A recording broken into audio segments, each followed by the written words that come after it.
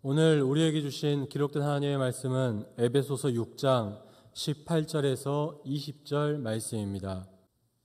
제가 봉독하겠습니다. 모든 기도와 간구를 하되 항상 성령 안에서 기도하고 이를 위하여 깨어 구하기를 항상 힘쓰며 여러 성도를 위하여 구하라. 또 나를 위하여 구할 것은 내게 말씀을 주사 나로 입을 열어 복음의 비밀을 담대히 알리게 하옵소서 할 것이니 이 일을 위하여 내가 쇠사슬에 매인 사신이 된 것은 나로 이 일에 당연히 할 말을 담대히 하게 하려 하심이라. 아멘.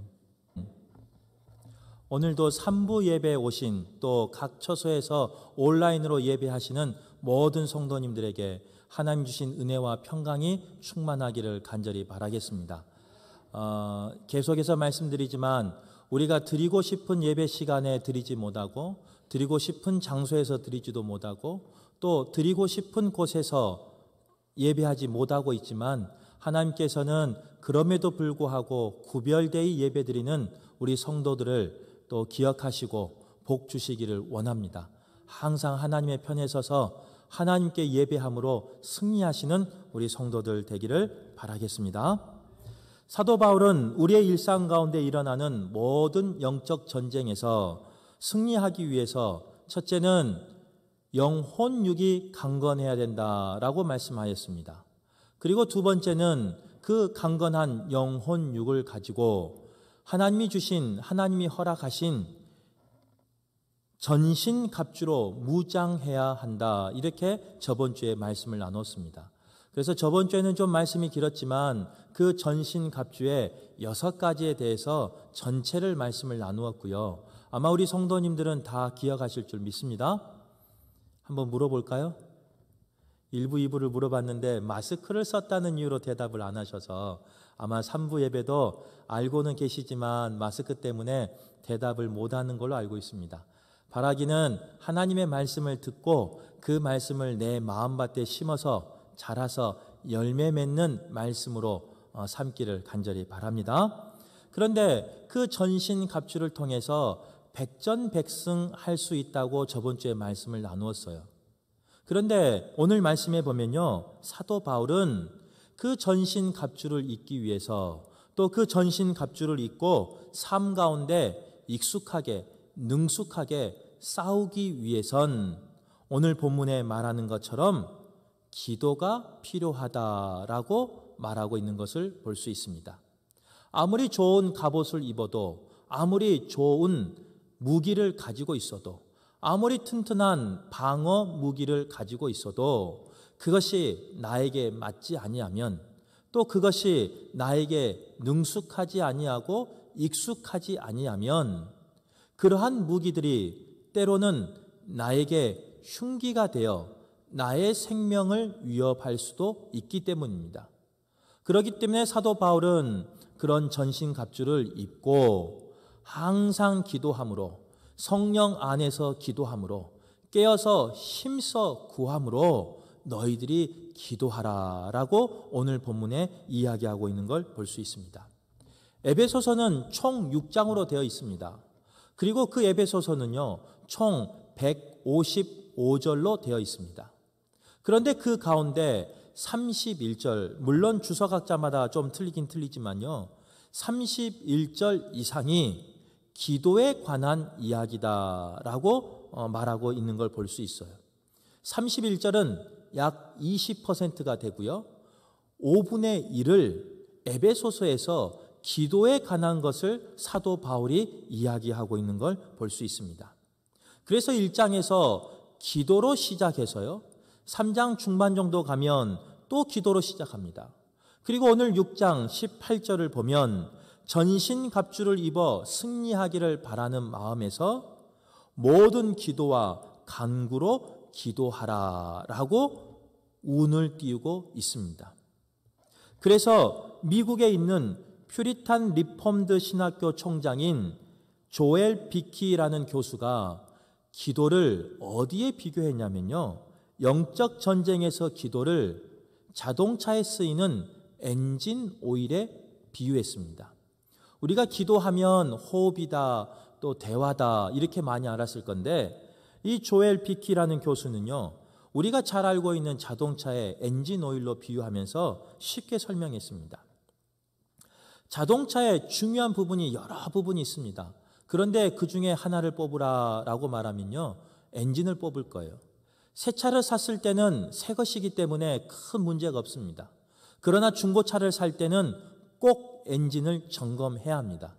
그래서 사람들은 그 엔진을 얼마나 사용했느냐를 알기 위해서 키로수가 몇 킬로를 운행하였느냐를 살펴봅니다. 또한 사람들은 자동차에 대한 전문 지식이 없음에도 불구하고 엔진룸을 열어보고 본네트를 열어보고 그 안에 엔진의 상태를 점검합니다. 물론 파는 사람도 좋게 보이기 위해서 그 엔진을 말끔하게 청소해 놓습니다. 그런데 중고차를 조금 타다 보면요, 중고차의 특징이 나타나기 시작해요. 엔진에서 문제가 조금씩 생겨요.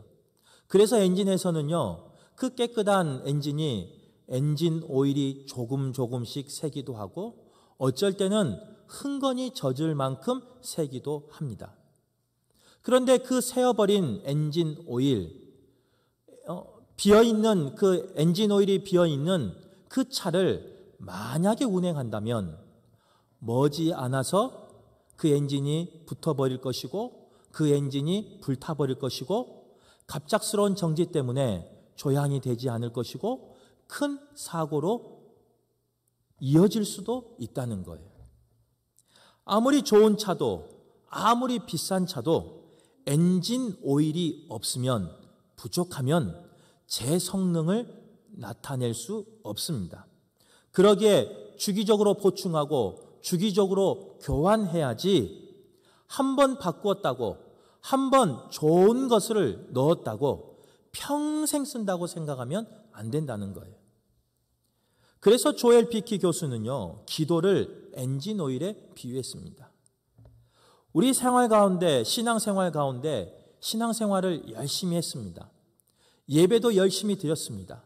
그래서 하나님 주신 영혼육의 강건함을 소유했습니다. 더 나아가 하나님의 허락하신 영적 전신 갑주를 입었습니다. 그럼에도 불구하고 우리의 삶 가운데 성숙한 삶이 아니라 또 자꾸 문제가 생기거나 아니면 우리의 신앙생활 가운데 공동체 가운데 삐걱삐걱 거리는 일이 있다면 조엘 비키 교수는 뭐라고 말하느냐? 우리의 기도 생활을 점검해라, 돌아보라 이렇게 말하고 있어요. 우리의 삶이 아무리 좋은 전신갑주를 입어도 우리의 삶이 아무리 강건하여도 영적 엔진 오일인 기도가 빠져버린다면 능숙하지 못하고 잘 사용하지 못해서 도리어 그 무기가 나에게 흉기가 된다라고 그는 말했습니다. 바라기는 오늘 예배하는 모든 성도님들이 하나님 주신 강건함이 있기를 바랍니다. 하나님이 허락하시는 영적 전신 갑주를 입기를 바랍니다. 그런데 거기서 멈추는 것이 아니라 하나님과 기도로 교제하시고 그 기도를 통하여 하나님이 주신 그 무기를 잘 습득하시고 잘 활용하셔서 이 세상에서 마귀 사탄과 대적하여 싸워 이기는 승리하시는 우리 성도들 되기를 바라겠습니다. 그렇다면 오늘 본문에서 우리는 어떻게 기도해야 할까? 첫 번째로 항상 기도하라. 오늘 본문 18절에 이야기하고 있습니다. 오늘 우리가 가지고 있는 성경은 개역 개정판 성경인데요. 그 본문에서 항상이라는 단어를 쓰고 있어요. 그리고 이 성경 전에 봤던 우리 성경이 개역 성경입니다. 그 개역 성경에서는 이 항상을 무시로로 번역하였습니다. 그리고 공동 번역 성경에서는 언제나 무슨 경우라도라고 이렇게 번역하고 있는 걸 볼 수 있어요. 즉 쉬지 말고 계속해서 어떤 상황에서든지 기도하라라고 사도 바울은 우리에게 말씀하고 있는 겁니다. 조금 더 확대 해석을 하면요, 적극적으로 해석을 해보면 내 형편의 변화에 상관없이, 나의 환경에 상관없이 기도하라는 것입니다. 성공해도 기도하고, 실패해도 기도하고, 건강해도 기도하고, 병이 들었을 때도 항상 기도하라는 거예요. 기쁠 때도 기도하지만 슬픔과 낙심에 처했을 때도 오늘 본문은 항상 변함없이 기도하라, 이렇게 말하고 있습니다. 그것이 바로 영적 전쟁에서 승리할 수 있는 비결이다, 사도 바울은 말하고 있는 겁니다. 특별히 우리가 잘 알고 있는 데살로니가전서 5장 17절 말씀에 보면요, 쉬지 말고 기도하라 라는 의미가 바로 이 의미입니다.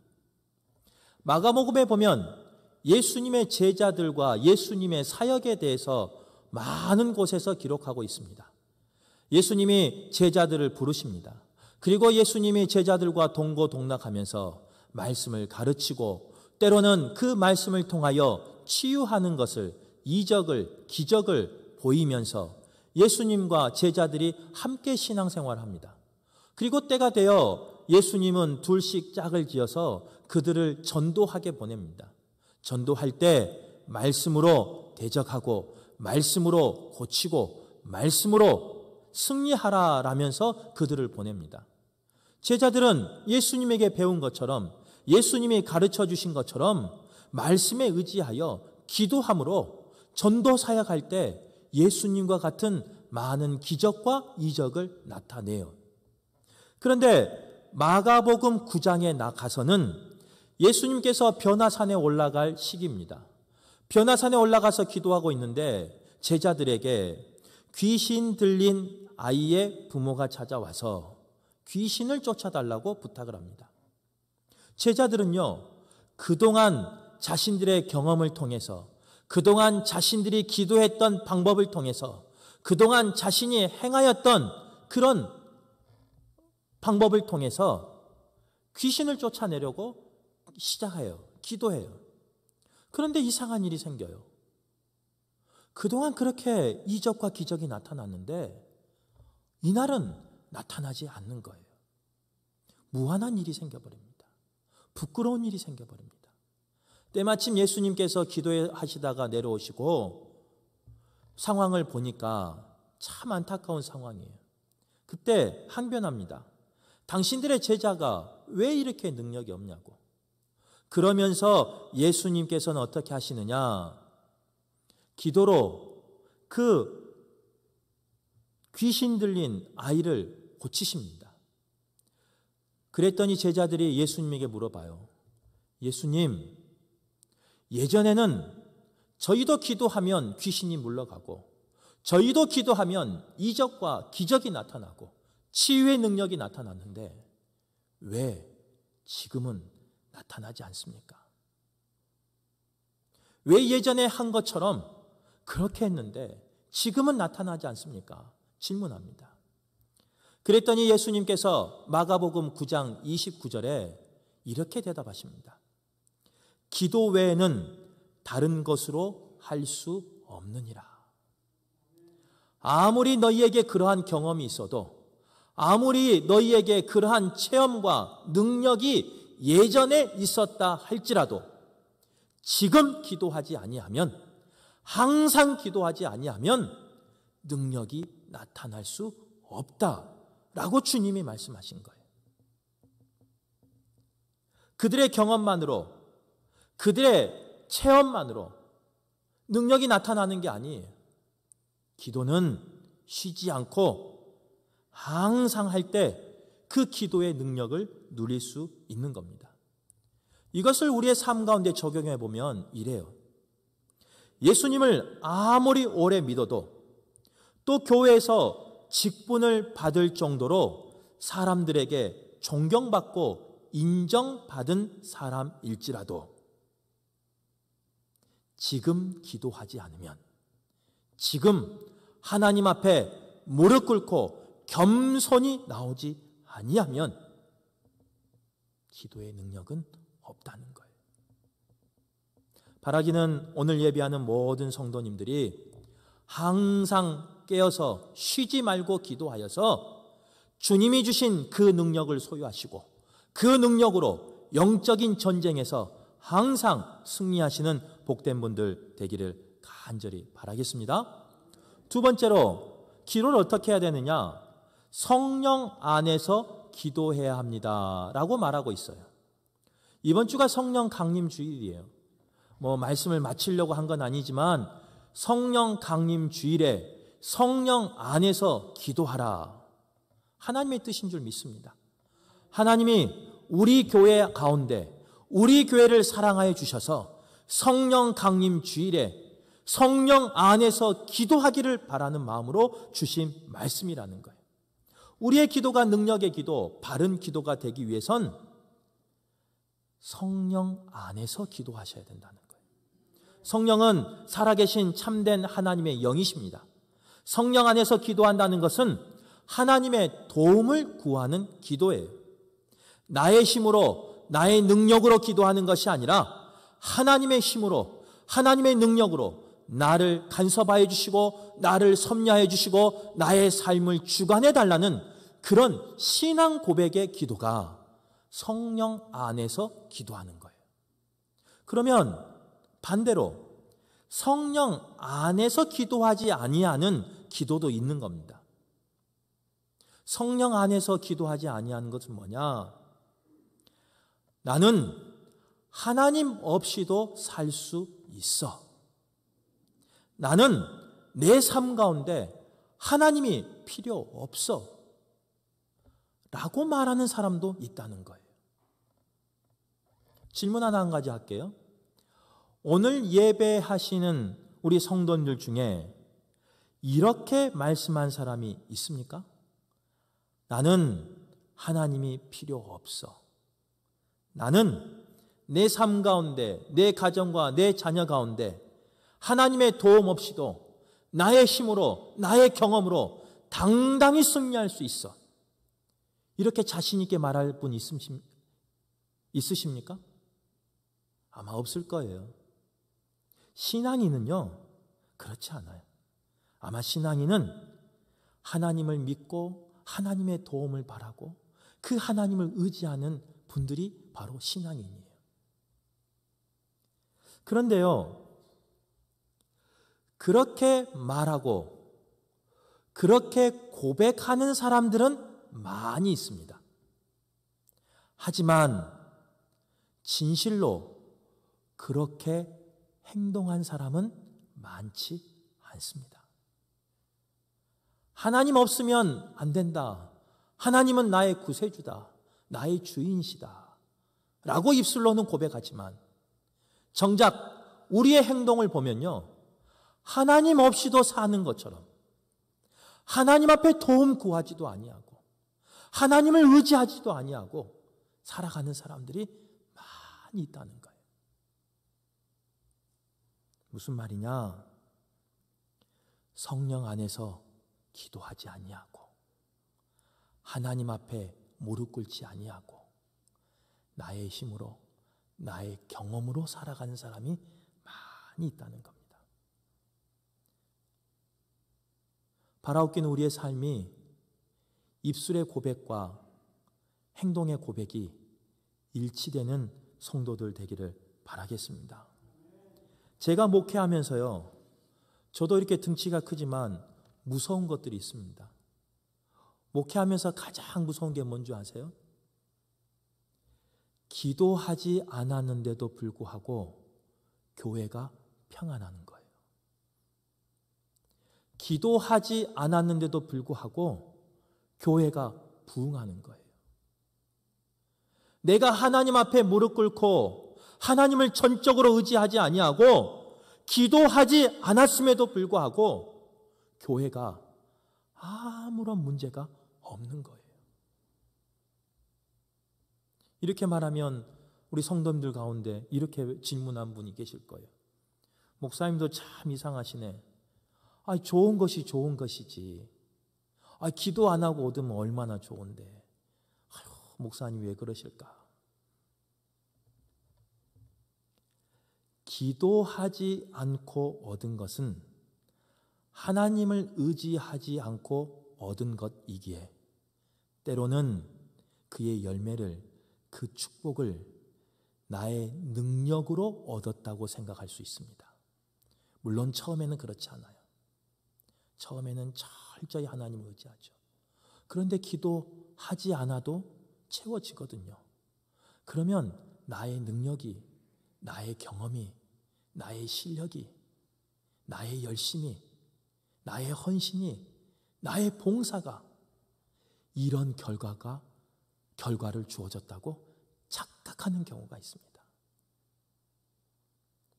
하나님을 빼어버리고 얻은 모든 것들은 축복인 것 같지만 자칫 잘못하면 언젠가 그 무기가 나에게 흉기가 되어서 돌아올 수 있습니다. 왜냐? 하나님 없이 사는 삶은 교만한 삶이에요. 하나님을 인정하지 아니하고 하나님 앞에 무릎 꿇지 아니한 삶은 교만한 삶이에요. 그래서 성경에서는요, 교만은 패망의 선봉이다라고 말했습니다. 조금 더 무거운 이야기를 한 가지 할게요. 상처가 안 되기를 바랍니다. 목사님이 저를 포함한 이야기예요. 전도사님이 기도하지 아니하고 말씀을 전하는 것, 기도하지 아니하고 신방하는 것, 기도로 준비하지 아니하고 목회하는 것, 하나님을 의지하지 않은 겁니다. 바로 그것이 교만입니다. 장로님, 권사님, 집사님, 기도하지 아니하고 사명을 감당하는 것, 기도하지 아니하고 사역하는 것, 기도하지 아니하고 봉사하며 헌신하는 것, 하나님을 의지하지 않은 것일 수 있습니다. 즉 교만일 수 있습니다. 부모가 이 험한 세상에서 자녀를 키우는데, 군대 자녀를 입대시켰는데, 객지에 자녀를 홀로 보냈는데 기도하지 아니하는 것, 교만입니다.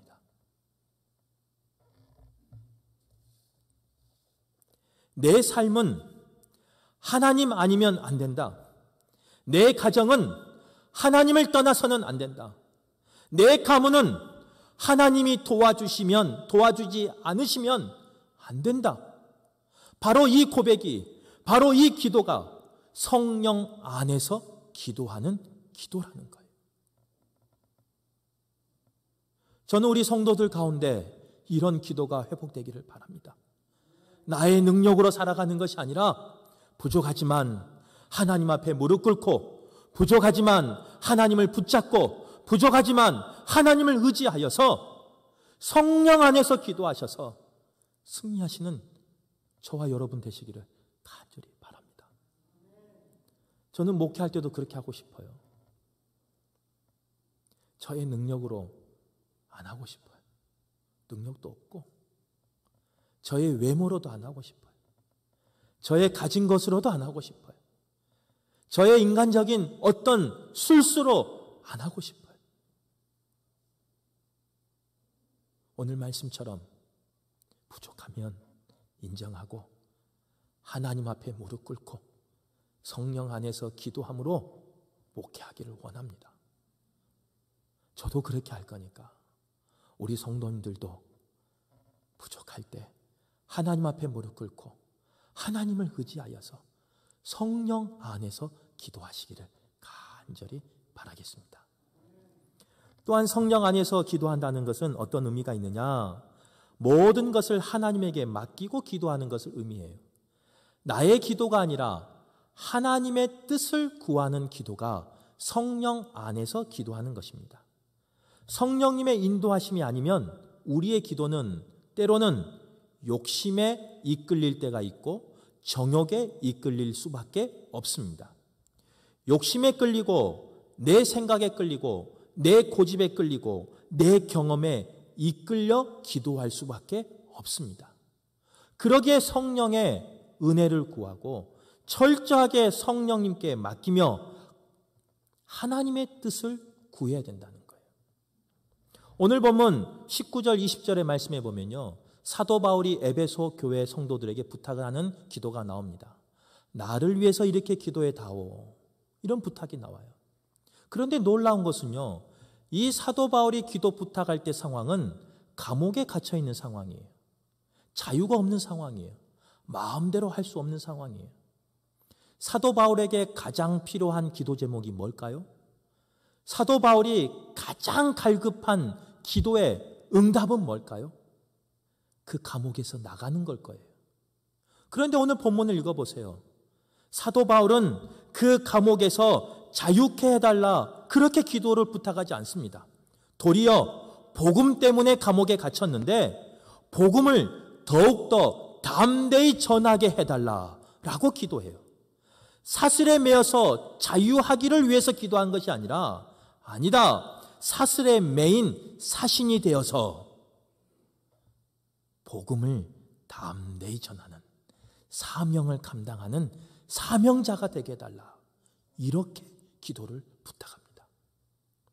자신의 안위나 자신의 자유나 자신의 평안함을 위해서 기도하지 않았어요. 철저하게 하나님의 뜻을 구하고 하나님에게 쓰임 받기를 원하며 하나님이 원하는 기도를 성령 안에서 했다는 거예요. 질문 하나 또 할게요. 우리 교회가 이제 항정지 선거를 4주를 남기고 있습니다. 이제 이번 주부터 접수가 시작이 되고요. 이번 주부터 이제 많은 분들이 아마 이를 위해서 기도할 겁니다. 항정지 선거에 나오신 분들의 가장 간절한 기도 제목이 뭘까요? 내일 아니니까 관심도 없어요? 나는 안 나올 거니까? 아니에요. 저라면요, 이왕 나왔으면 뽑혔으면 좋겠어요. 뽑히되 누구보다는 먼저 뽑혔으면 좋겠어요. 1등으로 뽑혔으면 좋겠어요. 저도 그렇게 기도하고 싶어요. 항정지 선거를 앞두고 있는 우리에게 특별히 성령 강림 주일에 성령 안에서 기도하라, 이 말씀은 무슨 말씀이냐?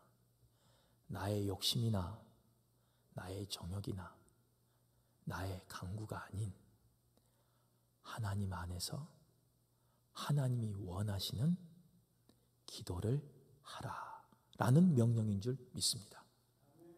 우리 교회가 그런 교회 되기를 바라겠습니다. 그래서 우리 혹시 나오신 분이 있다면 이제는 기도하세요. 새벽에도 기도하시고 모든 공예배에 나와서 기도하셔요. 나의 욕심이 아닌 하나님이 주신 기도를 가지고 기도하셔요. 끝으로 깨어서 구하기를 힘쓰라, 이렇게 말하고 있는 걸 볼 수 있습니다. 마귀는 우리를 넘어뜨리려고 우는 사자처럼 틈과 기회를 노리고 있습니다. 그래서 우리가 깨어있지 않으면요, 언제든지 넘어질 수밖에 없어요. 파수꾼이 깨어있지 않으면 자기만 죽는 게 아니에요. 그 성읍에 그 공동체가 다 불살라 죽어요. 내가 깨어서 기도하지 않으면, 내가 깨어서 힘써서 구하지 아니하면 나의 가정이, 나의 생업이, 나의 자녀가, 우리의 신앙 공동체가 다 흔들리고 무너질 수 있습니다. 그러기에 누가 기도하는 게 아니에요. 내가 깨어서 구하기를 힘쓰므로 기도하셔야 돼요. 선거를 앞두고 있고 또 특별히 6월달이 되었고 이제는 내일이면 되죠. 이제는 성령 강림 주일이고 우리가 깨어 구하기를 힘쓰는 교회 되어서 하나님의 뜻에 합당한 교회 되시기를 바라고 하나님께 쓰임 받는 아름다운 성도님들 되시기를 간절히 바라겠습니다.